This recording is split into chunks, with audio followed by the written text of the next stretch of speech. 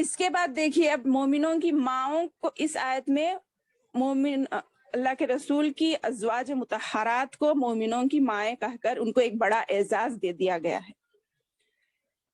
الحمدللہ وہ اسی حق کے حامل بھی ہیں کیونکہ انہوں نے اپنا کردار اللہ کے رسول سے جڑنے کے بعد ایسا بنایا کہ وہ ہماری مائیں کہلانے کے لائق ہیں اور ان کے نقش قدم پر چلنے کر ہمیں آخرت میں جانا آسان ہوگا، جنت میں جانا آسان ہوگا.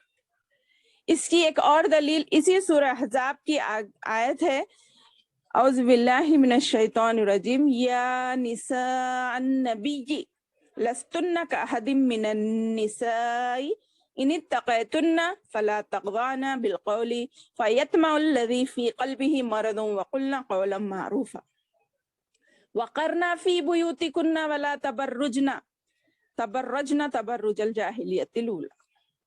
ترجمہ سن لیجئے. اے نبی کی بیویوں، تم عام عورتوں کی طرح نہیں ہو. اگر تم پرہیزگاری اختیار کرو تو نرم لہجے سے بات نہ کرو کہ جس کے دل میں روگ ہو وہ کوئی برا خیال کرے، اور ہاں قاعدے کے مطابق کلام کرو اور اپنے گھروں میں قرار سے رہو اور قدیم جاہلیت کے زمانے کی طرح اپنا بناؤ سنگار ظاہر نہ کرو. الحمدللہ اس آیت سے میری پیاری بہنوں یہ بات ہمیں سمجھ میں آئی ہے کہ اللہ کے بیویوں، اللہ کے رسول صلی اللہ علیہ وسلم کی بیویوں کو جو مرتبہ اور مقام حاصل تھا اس کے لحاظ سے ان کو پھر اتنی پابندیاں بھی کرنی تھی جس کی وجہ سے انہیں یہ مقام حاصل ہوا، کیونکہ ان کی نیکی کا ڈبل اجر ہے اور اگر ان سے اگر غلطی بھی ہو جائے تو ان کے لیے ڈبل سزا ہے. دیکھیے ہمارے رب رحمان کا انصاف کتنا پیارا ہے. جب انہیں ایک خاص مقام دیا جا رہا ہے تو ان کو ڈرایا بھی جا رہا ہے کہ تم پرہیزگاری میں بہت اعلیٰ مقام پر ہو تو اپنے قول اور فعل میں کبھی بھی فرق نہ کرنا. چھوٹے سے چھوٹا عمل بھی تمہارا لوگوں کے لیے نمونہ ہے تو تم اس میں اپنے آپ اللہ سے ڈرتے رہنا. یہاں پر اس آیت میں تو کیا کہا گیا؟ اگر تم پرہیزگاری اختیار کرو تو نرم لہجے سے کسی غیر مرد سے بات تک مت کرو. کیوں؟ یہ حکم پہلے نبی کی بیویوں کو دینے کے بعد عام تمام لوگوں کو بھی اس میں داخل کر دیا گیا، پہلے ان کو مخاطب کر کے. پہلے مخاطب تو وہ ہیں مگر اس کے بعد یہ حکم تمام مومن عورتوں کے لیے بھی ہے کہ اگر کوئی مرد کے دل میں روگ ہوگا تو وہ تمہارے نرم لہجے سے کچھ بدگمانی کرے گا، دل میں برا خیال لائے گا، جو کہ یہ بھی حرام ہے اپنی طرف سے کسی کے دل میں غلط خیال لانا. اور کہا گیا اپنے گھروں میں قرار سے بیٹھی رہو اور جاہلیت کے زمانے کی طرح اپنا بناؤ سنگار ظاہر نہ کرو. یہ آیتیں الحمدللہ آپ نے ہر لیکچر میں سنی ہے. آج الحمدللہ 7واں لیکچر شروع ہوا ہے کیونکہ اللہ کے رسول کی بیویوں کی تعداد میں ہمارا حضرت جویریہ بنت حارث کا نمبر 7واں آتا ہے. اسی لیے ہم اس میں پھر سے یہی کہہ رہے ہیں کہ چند خصوصیات تمام امہات المومنین کی ایک ہی ہیں. اس کے علاوہ زندگی کے دوسرے مراحل میں کسی کو کسی میں فوقیت حاصل تھی، کسی کو کسی میں. تو میں نے بنیادی 2 باتیں آپ لوگوں کو بتا دی کہ اللہ کے رسول کی بیویوں کا مقام اور مرتبہ عام لوگوں کی طرح ہرگز نہیں ہے. ٹھیک ہے، اب ہم چلتے ہیں ان کی اصل زندگی کی طرف. اللہ تعالیٰ نے میں پہلے میں ایک حدیث بتا دوں. اللہ تعالیٰ نے مجھے صرف جنتی خاتون سے شادی کرنے کا حکم دیا ہے. یہ کس کا فرمان ہے؟ فرمان نبی صلی اللہ علیہ وسلم. یعنی جتنی بھی خواتین آپ کی نکاح میں آئی وہ تمام کی تمام جنتی خاتون ہیں الحمدللہ. اس میں سے حضرت عائشہ رضی اللہ تعالیٰ عنہ کی ایک خاص حدیث میں پہلے ذکر کرتی چلوں، ان کی بڑائی، ان کی عظمت اور ان کی اہمیت کے بارے میں کہ حضرت جویریہ کے بارے میں حضرت عائشہ رضی اللہ تعالیٰ عنہ کا فرمان ہے کہ انہوں نے کہا میں نے جویریہ کے علاوہ کوئی خاتون کو نہیں دیکھا جو ان سے بڑھ کر اپنی قوم کے لیے بابرکت ثابت ہوئی. کیونکہ ان کی وجہ سے قوم کے سینکڑوں اور افراد کو قید سے آزاد کر دیا گیا۔ یہ کیا واقعہ ہے ہم آگے چلیں گے، مگر پہلے یہ جان لے کہ ایک بیوی دوسری اپنی بہن کے بارے میں یہ الفاظ استعمال کر رہی ہے۔ الحمدللہ۔ تو اب ہم ان کے نام کی طرف چلتے ہیں۔ جویریہ یہ ان کا اصل نام نہیں تھا، یہ پہلے ان کا نام برہ تھا، برہ بنت حارث بن ابی زرار، مگر سیدہ جویریہ کے نسب میں مذکورہ نام ان کے قبیلے کا المستلق تھا، کیونکہ ان کے قبیلے کا نام بنو مستلق تھا کہلاتا ہے۔ یہ اصل نام سیدہ جویریہ اللہ کے رسول نے رکھا، کیونکہ برہ کے معنی کیا ہے؟ نیکی کرنے والی، بہت زیادہ تقوی اختیار کرنے والی۔ تو اللہ کے رسول صلی اللہ علیہ وسلم نے اسے بدل کر جویریہ رکھا۔ کیوں؟ اس کی ایک وجہ ہے، غور کریں۔ رسول اللہ صلی اللہ علیہ وسلم اس بات کا بھی ہرگز پسند نہیں کرتے تھے، اس بات کو بھی کہ کوئی کبھی یہ کہے کہ آپ صلی اللہ علیہ وسلم برہ کے یہاں سے تشریف لائے ہیں۔ اللہ تعالیٰ اور رسول کریم صلی اللہ علیہ وسلم نے کوئی ایسا نام رکھنے سے منع فرمایا ہے جس میں خود ستائی کا عنصر غالب ہو، یعنی اپنے آپ تعریف۔ برہ کے معنی کیا نکل رہے تھے؟ خوب تقوی اختیار کرنے والی، جس میں اپنی آپ خود نام میں تعریف تھی۔ تو باتوں میں بھی اس بات کو پسند نہیں کرتے تھے کہ کوئی کہے کہ آپ اللہ برہ کے پاس سے آ رہے ہیں، نیکی بہت زیادہ کرنے والی کے پاس سے آپ آ رہے ہیں، یعنی اس میں خود ستائی، یعنی اپنے آپ تعریف کا اس میں عنصر تھا۔ اس بات کو بھی اللہ کے رسول نے پسند نہیں کیا۔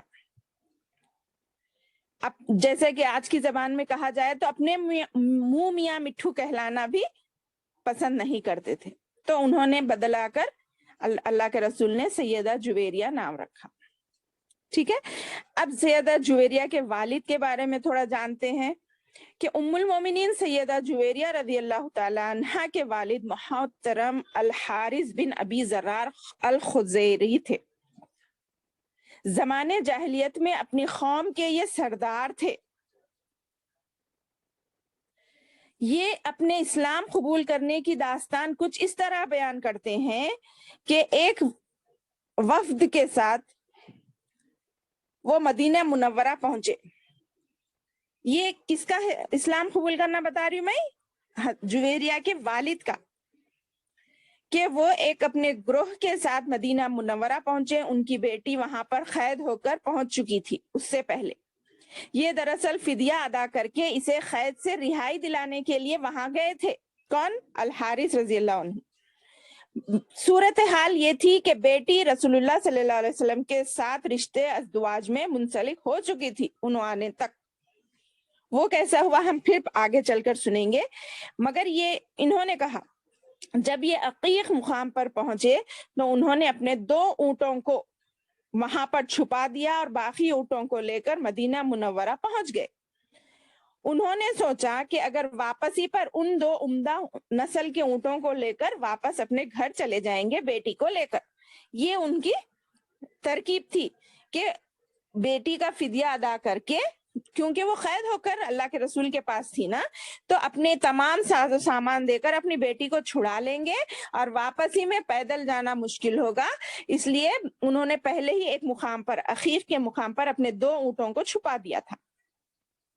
پھر وہ مدینہ منورہ پہنچ کر رسول اللہ صلی اللہ علیہ وسلم کی خدمت میں حاضر ہوئے اور کہنے لگے یہ میرے پاس اونٹ ہے، آپ یہ بطور فدیہ لے لیں اور میری بیٹی کو آزاد کر دے تاکہ یہ میرے ساتھ واپس جا سکے۔ تو رسول اللہ صلی اللہ علیہ وسلم نے فرمایا ان 2 اونٹوں کا کیا معاملہ ہے جنہیں تم نے عقیق مقام پر چھپائے ہو؟ وہ یہ بات سنتے ہی رسول اللہ صلی اللہ علیہ وسلم کی زبان مبارک سر حیران رہ گئے اور کہنے لگے اس بات کا مجھے اور میرے اللہ کے سوا کسی کو پتا نہیں، پھر آپ کو کیسا معلوم ہوا؟ تو انہوں اللہ کے رسول نے کہا وہ ذات جو سب پر غالب ہے اس کی طرف سے مجھے معلوم ہوا۔ تو فوراً سیدہ جویریہ رضی اللہ عنہ کے والد حارث بن ابی زرار یہ بات سنتے ہی پکار اٹھے، اشہد اللہ الہ الا اللہ وانک رسول اللہ، میں گواہی دیتا ہوں کہ اللہ کے سوا کوئی معبود برحق نہیں اور آپ واقعی اللہ کے رسول ہیں۔ کیونکہ وہ جان چکے تھے یہ اللہ کی قسم، یہ بات آپ کو اللہ سبحانہ و تعالیٰ نے دی ہے، اب میں اسی کی طرف رجوع کرتا ہوں۔ دیکھیے اللہ تعالیٰ لوگوں کو ہدایت دینا چاہتا ہے تو کس کس طریقے سے اللہ تعالیٰ اپنا بندوبست فرماتا ہے۔ اب چلتے ہیں حضرت جویریہ کی پہلی شادی کی طرف۔ سیدہ جویریہ رضی اللہ عنہ کی نبی کریم صلی اللہ علیہ وسلم سے پہلے مصافع بن صفان کے ساتھ شادی ہو چکی تھی۔ وہ 5 ہجری کو جنگ مرثیہ میں قتل ہو گئے تھے، اس لیے وہ بیوہ تھی۔ پھر بعد میں رسول اللہ صلی اللہ علیہ وسلم کے ساتھ آپ کی شادی کس طرح ہوئی اس کے بارے میں اب ہم جانتے ہیں، معلوم کرتے ہیں۔ ام المومنین سیدہ عائشہ رضی اللہ عنہا فرماتی ہیں کہ جب رسول اللہ صلی اللہ علیہ وسلم نے جنگ بنی مستلق میں گرفتار ہونے والے قیدیوں کو تقسیم کیا تو جویریہ بنت حارث بھی ان کے چچا کے بیٹے کے حصے میں آئی تھی۔ کس کے؟ نبی کریم صلی اللہ علیہ وسلم کے چچا کے بیٹے کے حصے میں کون آئی تھی؟ جویریہ بنت حارث۔ تو اس نے اس کے ساتھ رقم لے کر آزاد کرنے کا معاہدہ کر لیا تھا۔ کنہوں نے؟ جویریہ نے گوارا نہیں کیا کہ وہ ایک سردار کی بیٹی ہے تو وہ کس طرح ایک غلامی کی زندگی گزارے، تو انہوں نے اپنے جو آقا کہے جن کے حصے میں وہ آئی تھی ان سے معاہدہ کر لیا کہ کچھ رقم ادا کر کے میں آپ سے رہائی چاہوں گی، تو وہ بھی تیار ہو گئے۔ یہ انتہائی حسین اور جمیل تھی، قوم کے سردار کی بیٹی تھی، شہزادیوں کی طرح انہوں نے ناز و نعمت سے پرورش پائی تھی، تو وہ کس طرح ایک غلامی کی زندگی برداشت کرتی؟ تو انہوں نے ان سے معاہدہ کر کے آپ صلی اللہ علیہ وسلم کے پاس آئیں جویریہ رضی اللہ تعالیٰ عنہ، اور کہا آج مجھ پر جو مصیبت آن پڑی ہے اس سے آپ بھی واقف ہے۔ میں ثابت بن قیس بن اشماس، یہ اللہ کے رسول کے چچا کے بیٹے ہیں، آپ کے چچا زاد بھائی کے حصے میں آئی ہوں۔ میں نے اس کے ساتھ مکاتبت کا معاہدہ کر لیا ہے۔ مکاتبت یعنی جب غلام کیا کرے، اپنی رہائی کے لیے اپنے مالک سے ایک معاہدہ لکھ لے جس سے وہ کچھ رقم ادا کر کے رہائی آزادی حاصل کرنا چاہے، اس کو مکاتبت کہتے ہیں۔ اور وہ قیمت لے کر مجھے آزاد کرنے پر رضامند ہو گیا۔ رقم کی ادائیگی کے لیے میں آپ سے مدد چاہتی ہوں، براہ کرم میرا تعاون کریں تاکہ میں آزادی حاصل کر سکوں۔ تو رسول اللہ صلی اللہ علیہ وسلم نے فرمایا اگر آپ کو اس سے بہتر پیشکش کر دی جائے تو آپ کا کیا خیال ہے؟ تو انہوں نے کہا کیا رسول اللہ، وہ بہتر پیشکش کیا ہے؟ تو آپ صلی اللہ علیہ وسلم نے فرمایا میں معاہدے کے مطابق پوری رقم ادا کر دیتا ہوں اور آپ کے ساتھ رشتہ ازواج میں منسلک ہو جانے کی پیشکش کرتا ہوں۔ اس جویریہ رضی اللہ عنہ نے یہ پیشکش سنتے ہی اظہار مسرت کرتے ہوئے کہا یا رسول اللہ صلی اللہ علیہ وسلم، اس سے بڑھ کر اور مجھے کیا چاہیے؟ میں رضامند ہوں، میں اور میرے یہ نصیب کہ میں آپ کی بیوی بنوں۔ میرے تو بھاگ جاگ اٹھے ہیں۔ یہ خبر لوگوں میں بڑی تیزی کے ساتھ پھیل گئی۔ لوگوں نے خوشی کا اظہار کرتے ہوئے کہا سیدہ جویریہ رضی اللہ عنہ کی قوم رسول اللہ صلی اللہ علیہ وسلم کی سسرالی رشتہ دار بن چکی ہے، لہٰذا ہمیں چاہیے کہ اس قوم کے جتنے افراد گرفتار ہوئے ہیں انہیں فوری طور پر رہا کر دیا جائے۔ یہ بنو مستلق کے تقریباً 100 افراد قیدی تھے، سب کو رہا کر دیا گیا۔ اسی لیے حضرت عائشہ نے فرمایا، جو حدیث میں نے پہلے پڑھی نا، اسی طرح سیدہ جویریہ اپنی قوم کے لیے بابرکت ثابت ہوئی، جن کی وجہ سے وہ سب کے سب ایک ساتھ آزاد ہو گئے۔ اور سیدہ جویریہ کا یہ نکاح ام سلمہ رضی اللہ عنہا کے شادی کے 1 سال کے بعد ہوا، یعنی ان کے بعد یہ اللہ کے رسول کی نکاح میں آئی، اور ان کی عمر اس وقت وہ بتاتی ہیں 20 سال تھی۔ شادی کے وقت حضرت جویریہ کی عمر 20 سال تھی. اور حق مہر کیا ہوا؟ ابن ہشام بیان کرتے ہیں کہ رسول اللہ صلی اللہ علیہ وسلم نے سیدہ جویریہ کو شادی کے موقع پر 400 درہم حق مہر ادا کیا. یہی ان کا حق مہر ہے. دیکھیں کتنی بابرکت خاتون ثابت ہوئی. اس کے بعد انہوں نے ایسی پرہیزگار زندگی گزاری، اتنی عالم، الحمدللہ بہت ہی عالم اور فاضل اور دوسرے سردار خواتین میں سے ایک الگ ہی اپنا مقام بنا چکی تھی، جو اپنی قوم کے لیے بھی سب لوگوں سے بڑھ کر باعث برکت ہوئی، اور دانش مندی، عقل مندی اور فرما برداری اور ذکر الہی کی خوگر تھی. شکر گزار رہنا، تقوی اور شعار اور ایسے ایسے اوصاف شفاف آپ کے اندر موجود تھے، جس کی وجہ سے انہیں جلیل القدر خاتون ہونے کا اعزاز حاصل ہوا. حدیث نبوی کی بھی آپ چند راویاں ہیں. ان سے مروی احادیث بھی کتابوں میں منقول ہیں.